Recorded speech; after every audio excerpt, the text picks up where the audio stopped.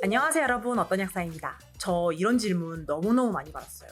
약사님, 꼭 단백질 쉐이크로 단백질을 섭취해야 하나요? 단백질 쉐이크 먹으면 간 수치, 콩팥 수치 올라간다던데, 단백질 쉐이크 먹으면 늙는다던데요? 최근에 라디오스타라는 예능에 나와서 저속노화로 유명하신 정의용 교수님도 이런 말씀을 하셨고요. 이 질문만 한 200번 넘게 받은 것 같아요. 그리고 진짜 깊게 생각을 해봤어요. 그리고 결론을 내렸습니다. 단백질 쉐이크가 가속노화를 일으킬 수 있다는 결론을 내렸습니다. 그런데 그럼 우린 왜 단백질 쉐이크를 마시고 있을까요? 서울 아산병원 노년내과 정의용 교수님은 예능 프로인 라디오스타에 나와서 단백질을 쉐이크와 같은 형태로 추가로 먹는 건 건강한 성인에게 필요 없다 라고 하셨고, 이게 오히려 염증 반응을 가속화시켜 노화를 앞당길 수 있다 라고 말씀하셨죠. 즉 요약하자면, 평소에 식사를 잘 하고 있다면 단백질 보충제까지는 따로 챙겨 먹을 필요는 없고, 오히려 이렇게 필요 이상으로 섭취한 단백질이 염증을 유발해 가속노화의 위험이 있다는 이야기죠. 자, 첫 번째 팩트체크입니다. 우리나라 성인은 단백질을 충분히 먹고 있는가? 결론부터 말씀드리자면 그렇지 않습니다. 2024년 제주대학교 하경호 교수팀의 연구에 따르면 성인 남성의 33%, 성인 여성의 50% 이상이 필요한 단백질 섭취량에 못 미치고 있는 것으로 나타났습니다. 또 국민건강영양조사에서는 65세 이상의 노인의 경우 단백질 권장량 충족률이 남성 35.7%, 여성 51.9%에 불과하다는 연구 결과도 나왔습니다. 그러니까 정의용 교수님 말씀은 밥 잘 챙겨 먹고 생선, 계란, 육류를 꾸준히 잘 챙겨 먹는 사람에게 해당될 수 있어요. 근데 현실은 다르죠. 아침은 시리얼이나 과일로 대충 때우고, 점심은 탄수 폭탄, 저녁은 배달 음식. 이게 우리가 흔히 겪는 한국인의 식사입니다. 제가 교수님의 주장 중에 가장 인상 깊었던 건 단백질이 염증 반응을 촉진시켜서 노화를 앞당길 수 있다라는 부분이었는데요. 네, 이 부분도 과학적으로 설명이 가능합니다. 첫 번째 경로는 소화되지 못한 단백질이 대장까지 내려갔을 때입니다. 장내 부패성 미생물이 이를 발효시키면서 인돌, 황화수소, 암모니아, 페놀류 같은 독성 물질들이 생겨요. 이 물질들이 장점막을 손상시키고 결국 이런 만성 염증으로 이어질 수 있습니다. 두 번째는 간과 신장에 오는 부담인데요. 고단백 식사를 장기간 유지하는데 충분한 운동을 해주지 않을 경우, 근육에서 이 단백질들을 충분히 쓰지 못하는 경우에는 결국 배출량이 많아지게 되는데요. 요소, 암모니아 등 질소 대사산물이 증가하고, 이게 산화 스트레스와 염증 반응을 촉진시킬 수 있다는 연구 결과가 있습니다. 세 번째는 트마오, 트리메티라민 N-옥사이드라는 물질이 있습니다. 이 트마오라는 물질은 육류 위주 단백질을 많이 섭취했을 때 장내 미생물이 생성하는 물질인데, 주로 붉은 고기, 가공육, 계란 노른자 등 동물성 식품에 포함된 콜린, 카르니틴 같은 성분이 장내 세균에 의해 분해되면서 트리메티라민이 만들어지고, 그게 간에서 산화되어 트마오로 전환되는 구조입니다. 문제는 이 TMAO, 트리메티라민이라는 물질이 혈관염증, 죽상동맥경화, 심혈관 질환 위험 증가와 관련이 있다는 거예요. 특히 육류 중심의 고단백 식사를 장기간 지속했을 때 이 트마오 수치가 눈에 띄게 증가하는 경향이 있습니다. 그런데요, 여기서 중요한 포인트.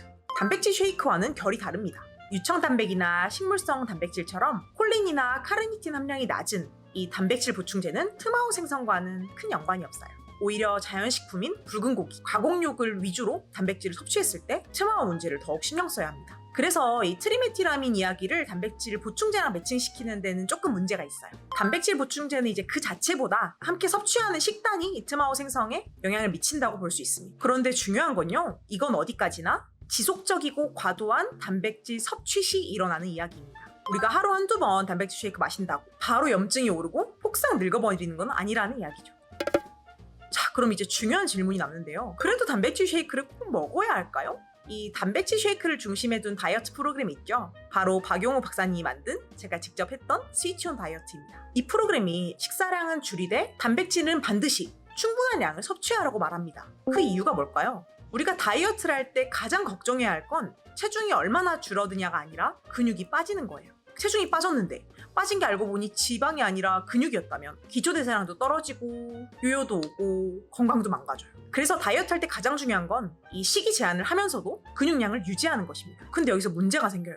식단으로만 단백질을 충분히 먹기가 어렵다는 점이에요. 단백질을 식물로 섭취한다고 했을 때 식물성 단백질은 리신, 메티오닌과 같은 필수 단백질 양이 부족하거나 동물성보다 흡수율이 낮고요. 또 얘를 먹으려면 또 그만큼의 많은 탄수화물을 섭취를 해야 돼요. 예를 들어 콩 100g에 단백질은 15g이지만 탄수화물도 30g 가까이 들어있어요. 그럼 동물성 단백질은요? 동물성은 확실히 고단백이긴 하지만 포화지방도 그만큼 많고, 지방이 없는 닭가슴살로만 먹는다고 하면 또 소화가 느려서 위장에 부담이 되는 경우가 많아요. 닭가슴살 목 맥히잖아요.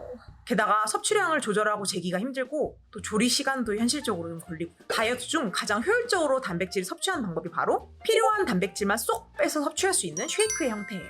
동물성 단백질이랑 비교해볼게요. 예를 들어 단백질 20g을 섭취하려고 닭가슴살을 먹는다고 쳤을 때 닭가슴살 100g에 단백질이 23g 들어있는데요. 이게 일단 다 흡수도 안 될 뿐더러 이걸 조리하고 또 먹고 하는 과정도 또 필요하죠. 그런데 이 파우치형 단백질 쉐이크로 단백질을 섭취했을 때는 한 컵으로 맛있게 순수 단백질 20g을 섭취할 수 있습니다. 흡수율도 굉장히 높고요. 그리고 특히 이렇게 음식으로 단백질을 먹게 되면 아무리 많이 먹어도 우리 몸에서 한 번에 흡수할 수 있는 단백질량은 20에서 30g 맥스예요. 그러니까 닭가슴살을 300g 먹어도 다 흡수가 안 된다는 거죠.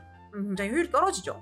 그래서 운동하고 나서 근육 회복을 위해서 또 단식 직후에 섭취할 때는 단백질 쉐이크 형태로 섭취하는 게 가장 효율적이에요. 단백질의 양도 스위치원에서 권장하는 내 몸무게의 1.5배를 곱한 정도의 그램 수를 먹는다면 이 한 달 정도 이렇게 섭취하는 걸로 성인에게 장기적으로 해가 된다는 근거는 매우 약합니다. 오히려 근손실 예방, 기초대사량 유지, 포만감 향상으로 식욕 조절, 운동 후 근육 회복, 면역력 유지 이런 이점들이 훨씬 커요. 그리고 이건 단백질 쉐이크가 아니면 다른 방식으로 얻기는 쉽지 않을 것 같거든요.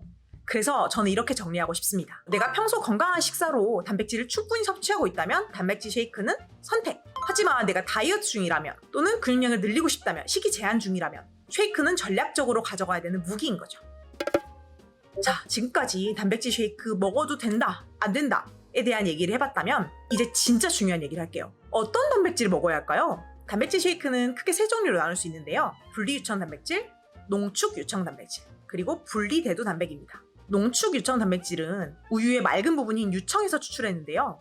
유당이 들어가 있기 때문에 저처럼 유당 불내증이 있어서 우유 먹으면 속이 불편하신 분들은 드시면 안 됩니다. 하지만 장점도 있는데 상대적으로 분리유청 단백에 비해선 저렴하고요. 그리고 분리유청 단백만큼 묽진 않아요. 조금 더 진해요. 다음으로 분리유청 단백은 유청에서 지방과 유당을 다 제거한 형태입니다. 그래서 순도도 굉장히 높고요. 흡수도 정말 빨라요. 단점은 좀 밍밍하다는 거, 그리고 비쌉니다. 다음 분리대두 단백은 대두에서 지방을 제거해 만든 식물성 단백질이에요. 동물성이 아니라 식물성이기 때문에 속이 편하고 포만감도 있고 시중에 가장 많이 나와 있는 원료이기 때문에 맛도 되게 다양해요. 그럼 뭘 먹어야 할까요? 먼저 분리유청 단백. 이건 단백질 쉐이크의 교과서죠. 흡수 빠르고 BCAA 함량 높고 운동 직후 섭취에 최적화돼 있어요. 나는 운동을 통해서 근육량을 늘려볼 거야. 몸을 키우고 싶어. 나는 바디 프로필을 찍을 거야. 이렇게 근육 합성을 목표로 한다면 과학적으로 가장 검증된 선택지가 바로 분리유청 단백입니다. 그래서 저도 많이 추천드리는데요. 그런데 피드백을 들어보면 여전히 조금 소화가 안 된다는 분들도 계시고요. 좀 밍밍해서 금방 배고파진다. 스위치원 할 때 너무 배고프다. 이걸 먹었더니 라는 분들이 계세요. 저도 그랬고요. 그래서 저는 분리대두 단백을 먹었어요. 유당이 전혀 없어 속이 편하고요. 초코 맛, 녹차 맛, 커피 맛, 딸기 맛, 다양한 맛들이 있고 그래서 좀 즐겁게 섭취가 가능해요. 특히 분리유청 단백의 치명적인 단점이 바로 돈이랑 밍밍함이었잖아요. 분리유청 단백은 우유 1리터에서 6g 정도밖에 안 나온다고 하는데 분리대두 단백은 가공 과정이 좀 더 간편해서 가격도 싸고 조금 더 포만감이 있어요. 저는 다이어트 할 때 포만감이 정말 중요했거든요. 평소에 워낙 잘 먹어서 스위치원 할 때 분리유청 단백을 먹으면 너무 배고픈 거예요. 그래서 저는 이 섭취 지속성 측면에서 분리대두 단백을 먹기로 결정하고 그걸로 스위치온을 했습니다. 결과는 성공! 그래서 저는 분리유청 단백은 단백질 쉐이크의 교과서, 분리대두 단백은 실용적인 쉐이크라고 평가하고 싶네요. 분리대두 단백 아미노산 스코어 안 좋지 않아? 식물성이니까 아미노산 밸런스가 좀 떨어지지 않나요? 라고 묻는 분들도 굉장히 많으셨어요. 근데 요즘 제품들은 아미노산 스코어가 90 이상으로까지 올라간 제품들이 많고요. BCAA 측면에서는 분리유청 단백보다는 살짝 낮긴 하지만 보디빌더가 아니라면 일상적인 섭취 기준에서는 큰 차이라만 못 느끼실 거예요. 그리고 또 첫째 주 지나고 나면 2번 식사를 하잖아요. 식단으로 그런 건 충분히 커버가 가능하니까 그런 건 크게 신경 안 쓰셔도 될 것 같아요. 일반 다이어터라면. 결국 단백질 쉐이크도 마치 러닝화 고르듯이 나에게 맞게 고르는 게 최선이에요. 무조건 비싸다고 발이 편하고 나한테 맞는 것도 아니듯이 단백질 쉐이크도 무조건 비싸다고 다 좋고 싼 게 나쁘고 이렇지 않습니다. 내가 어떤 목표를 가지고 있는지, 내 평소 식습관은 어떤지, 내가 얼마나 자주 먹어야 되는지, 가격은 또 얼마인지 이렇게 다양한 측면에서 충분히 고려하셔서 현명한 선택하시는 걸 추천드립니다. 자, 오늘 영상의 시작은 이랬죠. 단백질 쉐이크가 노화를 앞당긴다고? 그리고 우리는 이 질문 하나로 단백질 쉐이크를 왜 먹는지, 어떤 걸 먹어야 하는지, 진짜 필요한 사람은 누구인지까지 다양한 측면에서 깊게 들여다봤습니다. 핵심을 정리하자면 정의용 교수님의 말씀, 일부는 맞습니다. 건강하고 식단을 잘 챙기는 성인이라면 단백질 쉐이크까지는 필요 없을 수 있어요. 하지만 현실은 많은 사람들이 단백질 섭취 부족 상태고 다이어트 중이거나 활동량이 많으신 분들에게는 단백질 보충제가 꽤 중요한 역할을 한다는 거예요. 그리고 단백질 쉐이크가 염증을 유발한다? 지속적인 과잉 섭취, 육류 중심의 고단백 섭취가 더 위험합니다. 균형 있게 적절한 영양을 섭취하고 또 그만큼 운동을 많이 해준다면 오히려 건강 유지와 노화 방지에 도움이 될 수 있어요. 요즘은 다양한 건강 정보가 넘쳐나죠. 누군가는 쉐이크를 무조건 먹으라고 그러고 또 어떤 분들은 절대 먹지 말라고 해요. 그런데 저는 이렇게 생각해요. 단백질 쉐이크를 먹느냐 마느냐보다 왜 먹는지를 아는 게 훨씬 중요하다. 내 몸이 어떤 상태인지, 내가 어떤 목표를 가지고 먹는지 이걸 먼저 생각해보세요. 오늘 영상이 여러분의 고민을 조금이라도 정리해드리는 계기가 됐다면 저는 그걸로 너무 만족스러울 것 같아요. 이번 영상도 시청해주셔서 감사합니다.